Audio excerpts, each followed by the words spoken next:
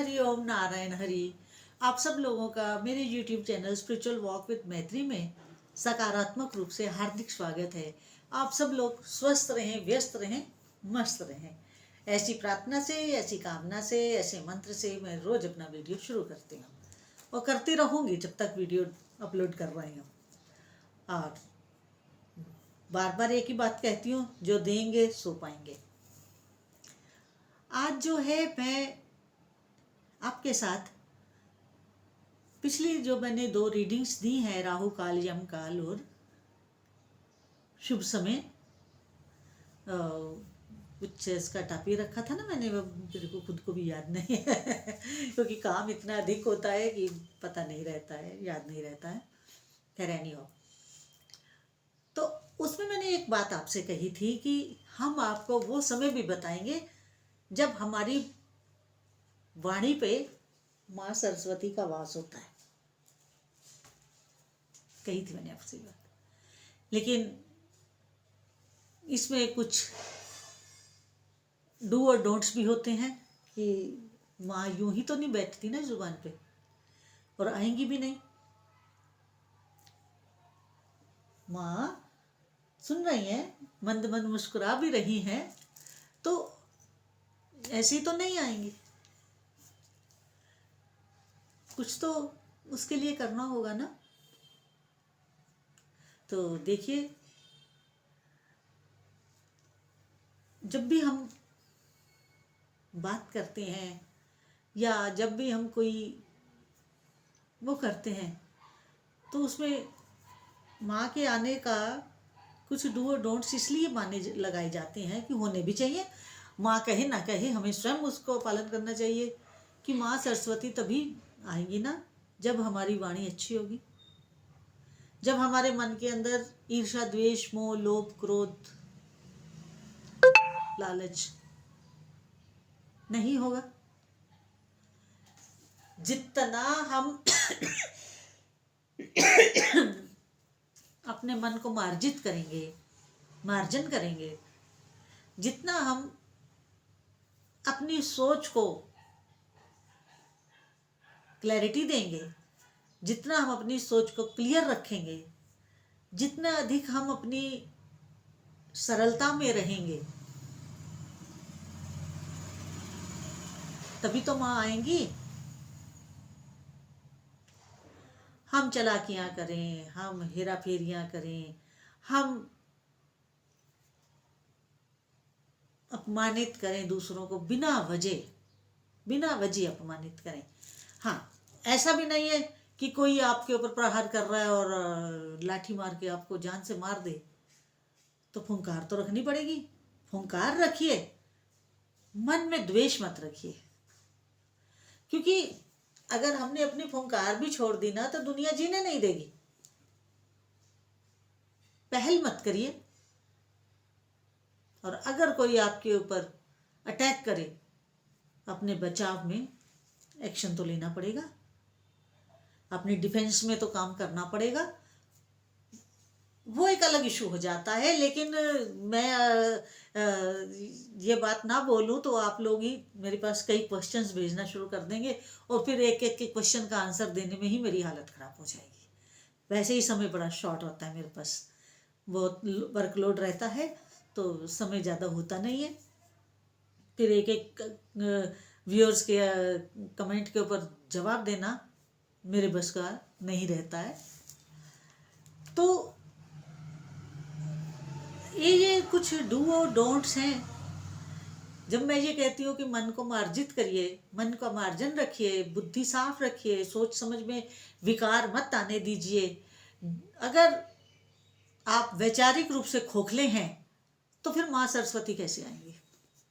कुछ तो विचार होना चाहिए, आपको विचारशील होना चाहिए, आपकी बुद्धि सूक्ष्म होनी चाहिए, तभी तो माँ आएंगी। कुछ आपको शास्त्रीय ज्ञान होना चाहिए, बिना शास्त्रीय ज्ञान के आप कैसे चलेंगे? हमारा इतना प्राचीन, अति प्राचीन, दुनिया की पहली सभ्यता है हमारा सनातन धर्म, और जो हमारे वेद हैं वो अपौरुषीय हैं, किसी पुरुष के द्वारा नहीं लिखे गए हैं वो अपौरुषीय हैं और कभी समाप्त नहीं होते हैं। प्रलय के समय जल में रहते हैं और उसके बाद उनका प्रकटीकरण होता है। इसलिए हर सनातनी को शास्त्र अध्ययन तो करना ही चाहिए। पहले तो हमारे गुरुकुल थे, पूरी शिक्षा व्यवस्था ही ऐसी थी, गुरुकुल शिक्षा पद्धति थी। हर गृहस्थी सदगृहस्थ था क्योंकि उसको हर शास्त्रीय ज्ञान था, क्योंकि वो शास्त्र अध्ययन के बाद ही गृहस्थ जीवन में आता था। गुरुकुल में रह करके पढ़ते थे। जिसको जिस फील्ड में जाना होता था गुरुकुल में ही उसी फील्ड की शिक्षा दी जाती थी। अब देखिए हमारे शास्त्र बताते हैं, कोई मंत्र दृष्टा थे मुनि, कोई खगोल दृष्टा थे ऋषि, कोई मेडिसिन में थे च्यवन ऋषि, कोई त्रिकालदर्शी थे। कहने का मेरा मतलब कोई अस्त्र शस्त्र विद्या में माहिर थे, दिव्य अस्त्रों के उनके पास पूरी फ्लीट हुआ करती थी, पूरा उनके पास एक ज्ञान था। दिव्य अस्त्र कैसे प्रकट करने हैं, कैसे वापस लेने हैं, कैसे चलाने हैं, कैसे उनको संभालना है। योगी थे। मैं जितने ये फील्ड्स बोल रही हूँ ये अध्यात्म की अलग अलग शाखाएं हैं, अलग अलग शाखाएं हैं। तो ये ज्ञान कहाँ से आता था? मां सरस्वती से, ज्ञान की देवी हैं। मैं कोशिश करती हूँ कि अपना ये स्थान ना बदलूं। मैं माँ के चरणों में बैठकर ही अपना टैरो कार्ड रीडिंग भी करती हूँ। मेरा दूसरा जो यूट्यूब चैनल है मैत्री टैरो रीडिंग MTR, और ये वाला मेरा स्पिरिचुअल वॉक विद मैत्री। मेरे को कई दफ़े सुझाव दिया जाता है कि आप बदलिए लोकेशन, थोड़ा सा दूसरी जगह करिए, लेकिन मेरा मन यहीं पर लगता है। मेरा मन माँ के ही चरणों में लगता है। मैं यहाँ आकर के ही बात करना पसंद करती हूँ। कोई मेरे से मिलने भी आता है तो मैं मोस्टली यहीं पर बैठकर ही बात करती हूँ उनसे, क्योंकि मेरे को माँ का सहारा रहता है कि जो बोलूँगी वो सही होगा। खैर ये तो एक अलग इशू हो गया। मैं ये कह रही हूँ कि वो ऐसा कौन सा समय है जब माँ हमारी वाणी पर आकर विराजमान होती है 24 घंटों में। लेकिन माँ विराजमान तब होगी ना जब ये सारी बातें आप क्लियर करेंगे, ये सारे गुण आप अपने में अपनाएंगे, इन गुणों के अकॉर्डिंगली आप अपना जीवन यापन करेंगे, तो तभी तो माँ को भी आनंद आएगा आपके पास आने का। अदरवाइज तो माँ जितना आपको ज्ञान दे रही है और वो आपका अर्थकरी विद्या है। अर्थकरी विद्या का मतलब है कि धन कमाने वाली विद्या, उसमें तो आप माहिर हैं। होना भी चाहिए, संसार में आप रह रहे हैं, क्योंकि मकाले की ही तो एजुकेशन ले रखी है। शास्त्रीय ज्ञान तो बहुत कम लोगों को है आजकल, लेकिन मकाले की शिक्षा, मकाले की एजुकेशन तो सबके पास है। अर्थकरी विद्या कहते हैं हमारे शास्त्र उसको। तो माँ का जो हम अगर ये गुण अपने आप में डेवलप करते हैं तो माँ हमारे वाणी के ऊपर विराजमान होती हैं। वो जो समय होता है बड़ा महत्वपूर्ण होता है और बड़ा एक स्पेसिफिक टाइम रहता है। मगर आजकल की जो जीवन है, आजकल तो समय की कोई पाबंदी नहीं रखते हैं लोग। पहले तो इलेक्ट्रिसिटी तो थी नहीं, बड़ा शांत, बड़ा नेचुरल लाइफ हुआ करती थी। आजकल तो बड़ी आर्टिफिशियल लाइफ है, हैं।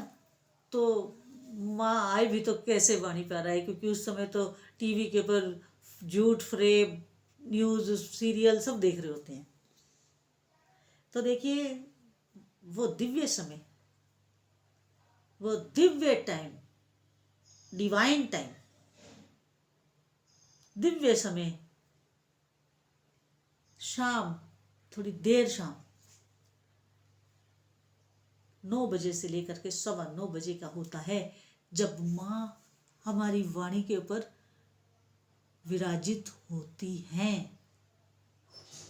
मगर विराजित वो तभी होंगी जब आप, मैंने जो अभी आपको डू और डोंट्स बताए हैं ना, अभी तो सारे नहीं बताए, थोड़े से बताए हैं, उनका आप पालन करेंगे तब। नहीं तो माँ क्यों आएगी आपकी वाणी के ऊपर? माँ की तो कोई मजबूरी नहीं है। जितना आप अंदर से क्लैरिटी रखेंगे उतना ज़्यादा प्रभावशाली होगी आपकी वाणी। तो वाणी को प्रभावशाली करने का समय वही होता है। तो आप करिए। और अगर आपको मेरा ये वीडियो अच्छा लगा हो तो अधिक से अधिक सब्सक्राइब करिए स्पिरिचुअल वॉक विथ मैत्री को, ताकि मेरी वाणी आपकी वजह से दूर तक जाए। तो अधिक से अधिक सब्सक्राइब करिए, लाइक करिए, शेयर करिए, बेल आइकन जरूर क्लिक कर दीजिएगा, ताकि वीडियो अपलोड करते ही आपको नोटिफिकेशन मिल जाए। हरि ओम नारायण हरि।